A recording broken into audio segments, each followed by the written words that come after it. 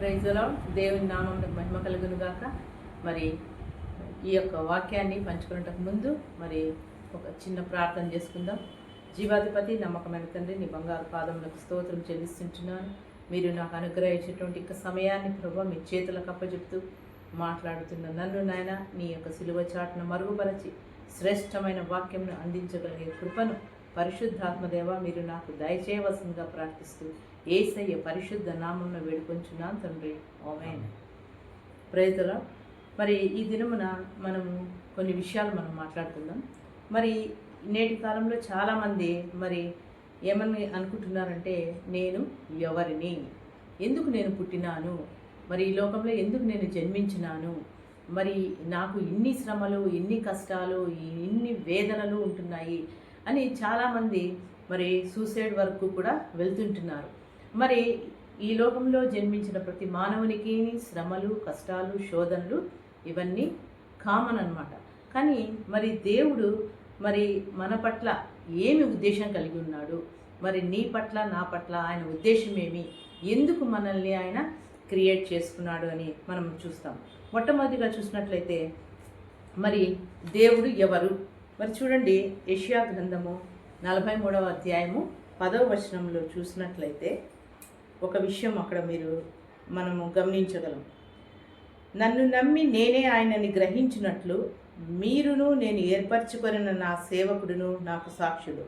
నాకు ముందుగా ఏ దేవుడును నిర్మించబడలేదు, నా తరువాత ఏ దేవుడును ఉండడు. చూడండి, మరి ఈ లోకంలో దేవునికి మానవునికి మధ్య ఉన్నటువంటి రిలేషన్లో దేవుడు ఏమంటున్నాడంటే, ఏ దేవుడు నన్ను నిర్మించలేదు అంటే ఫస్ట్ నేనే ఉంటున్నాను, ఫ్యూచర్లో కూడా నా తర్వాత కూడా ఏ దేవుడు ఉండడు.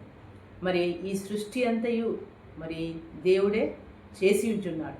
మరి చూసినట్లయితే మరి నిర్గమకాండము 20వ అధ్యాయము 2వ వచనంలో, నేను తప్ప ఏ దేవుడు నీకు ఉండకూడదు, ఏ రూపాన్ని కూడా విగ్రహాన్ని కూడా నీవు మొక్కకూడదు, దాన్ని పూజించకూడదు. దేవుడు మనకు మరి ఒక ఆజ్ఞను అనుగ్రహించుంటున్నాడు. మరి చూడండి, మరి గమనించినట్లయితే ఈ శ్రమలు, ఈ దుఃఖములు, ఈ వేదనలలో మనం ఎందుకు ఈ లోకంలో క్రియేట్ చేయబడినాం అంటే, మరి దేవుడు చూస్తుంటున్నాడు, నువ్వు నేను ఎంతో దేవునికి విలువైన వారు. ఎందుకంటే మరి చూసినట్లయితే జగత్తు ఎఫ్సీలకు రాసిన పత్రిక 1వ అధ్యాయము 6వ వచనంలో బైబిల్లో ఈ విధంగా ఉంది. ఏమంటే, జగత్తు పునాది వేయబడక మునిపే ప్రేమ చేత ఆయన క్రీస్తులో మనలను ఏర్పరచుకొనెను. మనం అనుకుంటాము మళ్ళీ తల్లి గర్భాన ఫలాని పేరెంట్స్కు నేను పుట్టినాను అని మనం అనుకుంటాం. కానీ అంతకన్నా ముందే ఇక్కడ ఏముందంటే, జగత్తు పునాది వేయబడబను మునిపే అంటే ఈ లోకాన్ని దేవుడు సృష్టించక ముందే ఆయన దృష్టిలో నీవు నేను ఉన్నాం. మరి ఈ మాటలను మనము నమ్మాలి, ఎందుకంటే ఇవి జీవము కలిగిన దేవుని మాటలు. మరి చూసినట్లయితే ఆయన ప్రేమ చేత ఆయన క్రీస్తులో మనలను ఏర్పరచుకున్నాడు. దేవుడు ఈ సృష్టిని చేశాడు, తర్వాత మానవుడు మరి ఆదామును అవ్వను ఏర్పరచుకున్నప్పుడు వాళ్ళు పాపము చేసి దేవునికి దూరం అయిపోయినారు. మరి ఇటువంటి సమయంలో ఆయన తన కుమారుణ్ణి ఈ లోకానికి పంపి మరి పాపముల పరిహార నిమిత్తము సిలువలో ఆయన్ని మరణింపజేసినాడు. ఆ యొక్క రక్తమే మనకు విమోచన అన్నమాట. మరి చూసినట్లయితే యెషయా గ్రంథము 49వ అధ్యాయం 1వ వచనంలో చూసినట్లయితే, నేను గర్భమున పుట్టగానే యెహోవా నన్ను పిలిచెను, తల్లి నన్ను ఒడిలో పెట్టుకునేది మొదలుకొని ఆయన నా నామమును జ్ఞాపకం చేసుకొనెను. చూడండి, నేను తల్లి గర్భమున పుట్టగానే అంటే నీవు నేను మన తల్లి కడుపున మనము మళ్ళీ పిండపు దశలో ఉండగానే దేవుడు మనల్ని జ్ఞాపకం చేసుకున్నాడంట. అంటే నా సృష్టి మన తల్లిదండ్రుల నుంచి రాలేదు, దేవుడు ఫస్ట్ మనల్ని ఏర్పరచుకున్నాడు కాబట్టే అలాని వ్యక్తుల ద్వారా మనము ఈ లోకంలోకి వచ్చినాము. మరి అంత మాత్రమే కాకుండా మరి దేవుడు ఏమంటున్నాడంటే, తల్లి నన్ను ఒడిలో పెట్టుకునేది మొదలుకొని ఆయన నా నామమును జ్ఞాపకం చేస్తాడు. అంటే మనము జన్మించిన తర్వాత మన తల్లి మనల్ని ఒడిలో పెట్టుకుంటుంది. ఆ ఒడిలో పెట్టుకొని మనకి ఏం చేస్తారు, ఒక పేరును పెడతారు. మరి దేవుడు అంటున్నాడు, ఆ పేరు ముందే నాకు నువ్వు ఏ నామంలో పిలువబడతావు అంటే నీ పేరేంటో కూడా నాకు తెలుసు. అంటే అటువంటి గొప్ప దేవుడు మనకున్నాడు. అంటే మనం అనుకోవచ్చు, మరి నేను వ్యర్థుడను ఈ లోకంలో, నేను ఎందుకు బ్రతకాలి, నాతో ఎవరికీ ప్రయోజనం లేదు, నా పిల్లలు నన్ను అసహించుకుంటున్నారు, నా భర్త నన్ను అసహించుకుంటున్నాడు, ఈ సమాజము నన్ను అసహించుకుంటున్నది అని చాలామంది నేటి దినంలో అనుకుంటున్నారు. మరి అయితే ఈయన పరిగెత్తుకుంటూ వెళ్ళి మరి ట్రైన్ కింద పడ్డమో ఇంకొక విధంగానో వాళ్ళు మరణానికి తమ శరీరాన్ని అప్పచెప్పుకుంటున్నారు. కానీ మరి మన పుట్టుక ఆ విధమైనది కాదు. దేవుడు తన ప్రణాళికలో నిన్ను డిసైడ్ చేసినాడు. కాబట్టి మరి చూసినట్లయితే హెబ్రీయులకు రాసిన పత్రిక 2వ అధ్యాయము 7-8 వచనాలు చూసినట్లయితే, నీవు దేవదూతల కన్నా వానిని తక్కువ వానిగా చేసితివి, మహిమా ప్రభావంతో వానికి కిరీటము ధరింపజేసితివి, నీ చేతి పనుల మీద వానికి అధికారము అనుగ్రహించి ఉన్నావు, వాని పాదము కింద సమస్తమును ఉంచితివి. మరి దేవుని మళ్ళీ సృష్టిలో నిన్ను ఆయన ఏ విధంగా చేసినాడంటే, ఫస్ట్ దేవదూతలు ఆయన క్రియేట్ చేసినాడు. మరి దేవుడు తన సృష్టిలో మొట్టమొదటిగా దేవదూతలను క్రియేట్ చేసినాడు. ఆ దేవదూతలను వారికి ఎదిగిన మొదటి స్థానము దేవుడు అనుగ్రహించినాడు. మరి తర్వాత తన సృష్టిని ఎవరిని చేసినాడు? మానవుని చేసినాడు. మానవుని చేసినప్పుడు ఆయన ఏం చేసినాడు అంటే దేవదూతల కన్నా కొంచెము తక్కువ వానిగా చేసినాడు. ఎందుకంటే దేవదూతలు మరి దేవునితో ఎల్లప్పుడూ అక్కడ ఉండేవారు. అంటే ఆయన ఆరాధిస్తూ స్తుతిస్తూ ఉండేవారు. మనము ఈ భూమి మీద ఉన్నాము. మన సృష్టి ఏ విధంగా ఉందంటే దేవదూతల కన్నా కొంచెం తక్కువగా చేసినాడు. అంత మాత్రమే కాకుండా మహిమా ప్రభావముతో మరి మనకు కిరీటము ధరింపజేసి ఉన్నాడు. అంటే దేవుని మహిమ, దేవుని ప్రభావంతో మనం ఈ లోకంలో బ్రతకాలని దేవుడు కోరుకుంటున్నాడు. ఈ యొక్క సృష్టి మీద అంతా మానవునికి దేవుడు అధికారం అనుగ్రహించినాడు. కానీ చాలా చోట్ల ఆ ఇచ్చిన అధికారాన్ని దుర్వినియోగం చేసుకుంటున్నాడు మానవుడు. మరి పచ్చని చెట్లను మరి నరికేసుకుంటూ, మరి ఇంకా వేరే విధంగా తమ శరీరాలను పాడు చేసుకుంటూ, ఆ విధమైన మరి చాలా అందమైన దేవుని సృష్టిని మరి మానవుడు పాడు చేస్తూ ఉంటున్నాడు. మరి చూడండి, మరి మీరు నేను ఈ లోకంలో జీవించినంత కాలము మరి దేవునితో ఏ విధంగా జీవించాలి అని చూసినట్లయితే, మరి ఆయన మనకు కొన్ని సంవత్సరాలు ఈ లోకంలో మరి జీవించుటకు ఆయన మళ్ళీ నిర్ణయించినాడు. మరి సృష్టించిన తర్వాత ఆయన మనల్ని ఎందుకు సృష్టించినాడంటే, తర్వాత మన మరణము తర్వాత ఎటర్నల్ లైఫ్ మనకుంది. అంటే దేవుడు ఎటర్నల్ లైఫ్ అంటే దేవునికి అంతము లేదు, ఆది లేదు, అంతము లేదు. అటువంటి మహామహుడైన దేవుని సన్నిధిలో నీవు నేను చిరకాలము ఉండాలని ఇది దేవుని ప్లాన్ అయింది. అంటే ఈ మనము మరణించిన తర్వాత ఆయన సన్నిధికి వెళ్ళి చిరకాలము మరి ఆయనతో మరి కలిసి జీవించాలని మనల్ని ఏర్పరచుకున్నాడు అనమాట.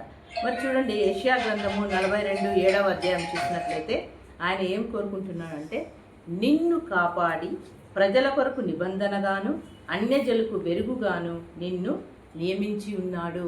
అంటే మరి ఏం చేస్తుంటున్నాడు దేవుడు అంటే, మనల్ని కాపాడుతూ మనల్ని ఏ విధంగా ఉంచుతుందంటే ప్రజల కొరకు మరి నిబంధనగాను అన్యజనులకు వెలుగుగాను మనల్ని నియమించుంటున్నాడు. అంటే సృష్టింపబడిన నువ్వు నేను మరి ఎలా ఉండాలి అంటే దేవుని మహిమ కొరకు మనము ఇక్కడ ఈ లోకంలో మనము జీవించి ఉండాలి. మరి అంత మాత్రమే కాకుండా యెషయా గ్రంథము 43:1 అధ్యాయం చూసినట్లయితే మరి ఏమంటున్నాడంటే దేవుడు, నిన్ను పేరు పెట్టి పిలిచి ఉన్నాను, నీవు నా సొత్తు. అంటే యు ఆర్ మై ప్రాపర్టీ, అంటే యు ఆర్ మైన్ అంటున్నాడు దేవుడు. అంటే నీవు నా సొత్తు, అంటే యు బిలాంగ్స్ టు మీ అని అర్థం అన్నమాట. చూడండి ఇక్కడ ఎంత మరి సృష్టికర్త అయిన దేవుడు నిన్ను సృష్టించినప్పుడు నీవు నా సొత్తు అంటున్నాడు. మరి దేవుని సొత్తు అయిన మనము మరి ఏ విధంగా జీవించాలి, ఆయన మన నుంచి ఏమి కోరుకుంటున్నాడు మరి చూసినట్లయితే మరి యెషయా గ్రంథము 46వ అధ్యాయం 4వ వచనంలో అయితే, ముదిమి వచ్చు వరకు నిన్ను ఎత్తుకుని వాడను నేనే. ముదిమి అంటే ముసలితనం వచ్చే వరకు నిన్ను నేను ఎత్తుకుంటాను అని. అంటే తర్వాత ఎత్తుకోవడా, అది కాదు మీనింగ్ ఇక్కడ ఏమంటే even to your old age, అంటే వృద్ధాప్యములో కూడా. ఇంగ్లీష్ బైబిల్లో విధంగా ఉంది, even to your old age, నీకు ఓల్డ్ ఏజ్ వచ్చినా కూడా నేను నిన్ను ఎత్తుకొని ఉంటున్నాను. అంతగా దేవుడు నన్ను ప్రేమిస్తుంటున్నాడు. మరి చూడండి, మరి యెషయా గ్రంథం 49:15లో స్త్రీ తన గర్భంన పుట్టిన బిడ్డను కరుణింపకుండా తన చంటి పిల్లను మరచునా? వారైనా మరచుదురు కానీ నేను నిన్ను మరువను, నా అరచేతులలో నిన్ను చెక్కికొని ఉన్నాను. చూడండి, మరి దేవుడు అంటున్నాడు, మరి దేవుడు తర్వాత ఈ లోకంలో తల్లి ఒకకి మంచి స్థానం ఉందన్నమాట. మరి తల్లి తన బిడ్డను మర్చిపోతుందా? మర్చిపోదు కదా. ఒకవేళ కొన్నిసార్లు వారైనా మరుస్తారేమో కానీ నేను నిన్ను మరువను, నా అరచేతుల్లో నిన్ను చెక్కుకొని ఉన్నాను. మరి ఈ మాటలు మనం నమ్మాలి. దేవుడు మనతో మాట్లాడిన మాటలు ఇవి. పరిశుద్ధ గ్రంథంలో వ్రాయబడిన ప్రతి మాట దేవుడు మనతో డైరెక్ట్గా మాట్లాడిన మాటలు. అందుకే ఏమంటున్నా అంటే దేవుడు వాక్యమే దేవుడు అంటున్నాడు. మరి చూడండి, మరి ఈ నేటి కాలంలో గమనించినట్లయితే చాలామంది స్త్రీలు తమ గర్భంలో పుట్టిన పిల్లల్ని విడిచిపెట్టి ఎక్కడికో పరిగెత్తుంటున్నారు. అంటే మనం గమనించినట్లయితే నేటి దినంలో డ్యూ టు ఇల్లీగల్ కాంట్రాక్ట్స్, ఆ ఇల్లీగల్ కాంటాక్ట్స్తో ఏమవుతుందంటే భర్తను బిడ్డలను వదిలి ఆ తల్లి ఎక్కడికో మరి పరిగెత్తుతూ ఉంది. మరి ఈ వాక్యం గురించి చూసినట్లయితే నేను చాలాసార్లు అనుకున్నా, మరి తల్లి ఎక్కడ మర్చిపోదు కదా అని. కానీ చూడండి, ఈ వాక్యము నేటి దినముల్లో ఈ వాక్యం గురించి మనం ఆలోచన చేసినట్లయితే ఏం జరుగుతుంది ఇక్కడ? తల్లి తన బిడ్డలను మర్చిపోతుంది, అంటే వదిలేసి ఎక్కడికో పరిగెత్తాంది, దేనికోసమో పరిగెత్తాంది. ఒకవేళ అటువంటి స్టేజ్లో తల్లి ఉండొచ్చేమో కానీ ఎప్పటికీ నేను నిన్ను మరువను అంటున్నాడు దేవుడు.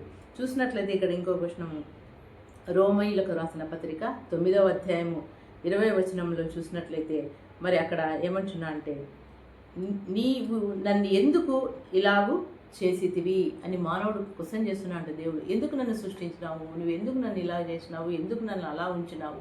బీదత్వంలో ఉంచినావా, లేదా ఇంకొకటి చేసినావా, ఇంకొకటి అంటే మరి ఇక్కడ ఏమంటున్నా అంటే 1 పేతురు 2:10లో మరి ఇక్కడ ఆయన ఏమంటున్నా అంటే, నేను నిన్ను రూపించిన విధానం ఏది అంటే ఈయన రాయల్ ప్రీస్ట్, అంటే యాజక సమూహము. అంటే పూర్వకాలంలో యాజకులు మాత్రమే ఆలయంలోకి వెళ్ళి దేవుని ఆరాధించేవారు. కానీ ఇప్పుడు అలా కాదు. యేసు ప్రభువును ఆరాధించుతున్నటువంటి మనకు దేవుడు అటువంటి గొప్ప భాగ్యాన్ని ఇచ్చినాడు. ఏమంటున్నాడు ఇక్కడ? మీరు యాజక సమూహము అంటున్నాడు. మరి ఏమంటున్నాడు? మీరు పరిశుద్ధ జనము అంటున్నాడు. తర్వాత ఏమంటున్నాడంటే దేవుని సొత్తైన ప్రజలు అంటున్నాడు. మరి దేవా, నీవు నన్ను ఎందుకు చేసినావు? ఈ లోకంలో నన్ను ఎందుకు నిలబెట్టినావు అంటే దేవుడు అంటున్నాడు, నీవు నా సొత్తు, నీవు నా ప్రజలు, మరి నీవు నా పరిశుద్ధ జనమును అయినటువంటి ఈ యొక్క మనము ఆ విధంగా మనము ఎప్పటికీ ఆలోచన చేయకూడదు. దేవా, ఎందుకు నన్ను చేసినావు అని. మరి మనం అడగాల్సింది ఏమంటే, దేవా, నన్ను సృష్టించినావు, నీకు వందనాలు. అయితే మరి యెషయా గ్రంథం 57వ అధ్యాయంలో దేవుడు అంటున్నాడు, నేను మహోన్నతమైన పరిశుద్ధ స్థలములో నివసించువాడను. మరి దేవుడు అంటున్నాడు, నేను మహోన్నతమైన స్థలములో, పరిశుద్ధ స్థలంలో నేను ఉంటున్నాను. అంటే మహోన్నతమైన స్థితికి మనం ఎదగాలి. పరిశుద్ధ స్థలంలో వెళ్ళుటకు అంటే మన మరణం తర్వాత దేవుణ్ణి కలుసుకున్నటకు మన జీవితము పరిశుద్ధంగా ఉండాలి. మరి దేవుడు ఇప్పుడు ఏమంటున్నాడంటే, సరే ఆయన అక్కడ ఉంటున్నాడు, ఎక్కడ? పరిశుద్ధమైన స్థలములో, మహోన్నతమైన స్థలములో ఆయన ఉంటున్నాడు. మరి ఆయన ఇంకొక స్థలంలో ఎక్కడ ఉంటున్నాడు అంటే ఆయన అంటున్నాడు, వినయము గల వారి ప్రాణము ఉజ్జీవింపచేయుటకు, ఇంకోటి నలిగిన వారి ప్రాణమును ఉజ్జీవింపచేయుటకు, దీన మనస్సు గల వారి యొద్ద నేను నివసించుచున్నాను అంటున్నాడు. మరి చూడండి, మనలో వినయం ఉండాలి, ఒబీడియన్స్ ఉండాలి. వినయం ఉన్నప్పుడు అటువంటి వారి దగ్గరికి దేవుడు వస్తాను అంటున్నాడు. మరి నిన్ను ఏర్పరచుకున్న తర్వాత నువ్వు ఎలా ఉండాలి? వినయము కలిగి ఉండాలి. అంటే దేవుని మాటను వినాలి, ఆయన ఏం చెప్తే దాన్ని ఒబే చేయాలి.